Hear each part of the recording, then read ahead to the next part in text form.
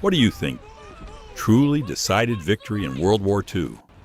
Not tanks, not aircraft, but small, compact weapons that could turn a single soldier into a storm of firepower in tight spaces, in shattered streets, in muddy trenches. Just one weapon could decide life or death. World War II was not just a war of technology, but a war of speed and close-range firepower. When the distance between two soldiers was only a few meters, everything changed completely. There was no time to aim, no time for complex tactics, only who fired faster survived. And that's when submachine guns dominated the battlefield. In this video, you will discover 7 submachine guns that changed the way war was fought forever.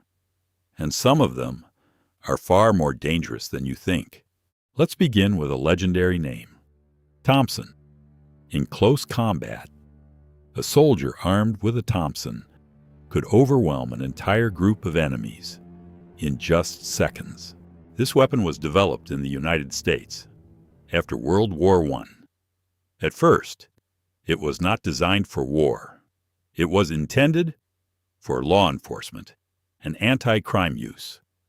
But when war erupted, everything changed. The Thompson quickly became a primary weapon of Allied forces. Its greatest strength was its immense stopping power, thanks to the .45 ACP round. At close range, just a few shots were enough to end a fight. The drum magazine allowed continuous firepower. Its sound became a haunting presence on the battlefield. It was more than just a weapon. It was a symbol. Next, MP40. Allied soldiers could recognize the enemy just by the sound of this weapon. The MP40 was developed by Germany during World War II. It was designed specifically for mobile warfare, especially for paratroopers and mechanized infantry. Its most distinctive feature was the folding metal stock, making it easy to carry and effective in tight spaces. Its mechanism was simple, yet highly effective, highly reliable, easy to control in automatic fire. It was not the most powerful weapon, but it was one of the most balanced, and that is why it became a symbol of the German army. Next, the true machine of destruction, PPSH-41. Its rate of fire was so fast that an entire magazine could be emptied in seconds. The PPSH-41 was developed by the Soviet Union during the most brutal phase of the war. The goal was clear, fast, cheap, and mass-producible. Its simple stamped design allowed millions to be produced. Its greatest strength was its extremely high fire rate, combined with a 71-round drum magazine. It created a true storm of bullets. In urban combat, it had almost no equal. Stalingrad is where it became a legend, the Sten gun. This was one of the cheapest weapons ever produced, yet it appeared on nearly every battlefield. The Sten was developed by Britain after the Dunkirk evacuation, when they needed to rearm their forces as quickly as possible. The design was extremely simple, built from basic steel tubing. Not elegant, not beautiful, but effective. Its greatest advantage was low cost, easy to produce, easy to repair, and easy to use. It became the weapon of resistance fighters. Silent, but deadly. M3 grease gun. It looked more like a tool than a weapon. But on the battlefield, it was extremely effective. The M3 was developed by the United States to replace the Thompson at a much lower cost. Its design was simple, lightweight, compact.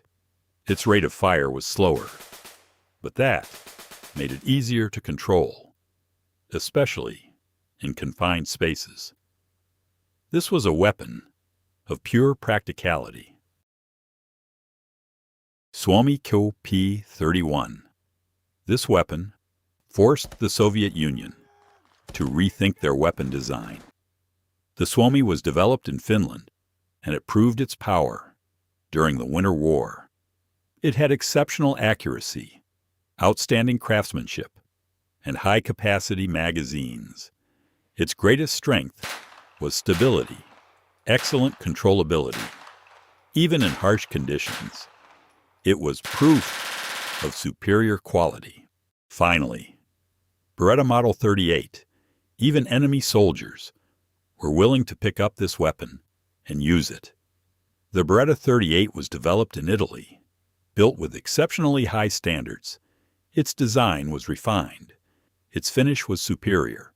Its greatest advantage was accuracy, low recoil, and outstanding reliability. It is considered one of the best submachine guns ever made. 7 weapons, 7 design philosophies, but one shared goal: to deliver firepower, faster, stronger, and more terrifying. Warfare had changed. It was no longer about distance, but close encounters, where reaction speed mattered more than precision, and these weapons reshaped the battlefield. These were not just tools of war. They were technological milestones, born from pressure and constant evolution. Each weapon tells a story of war, of survival, and of human ingenuity. But the real question is, which one was the most deadly? The Thompson, the MP40, or the PPSH-41, or something else you didn't expect? Leave your thoughts in the comments. And if you enjoyed this video, don't forget to subscribe, because there are many more weapons that changed history that you haven't discovered yet.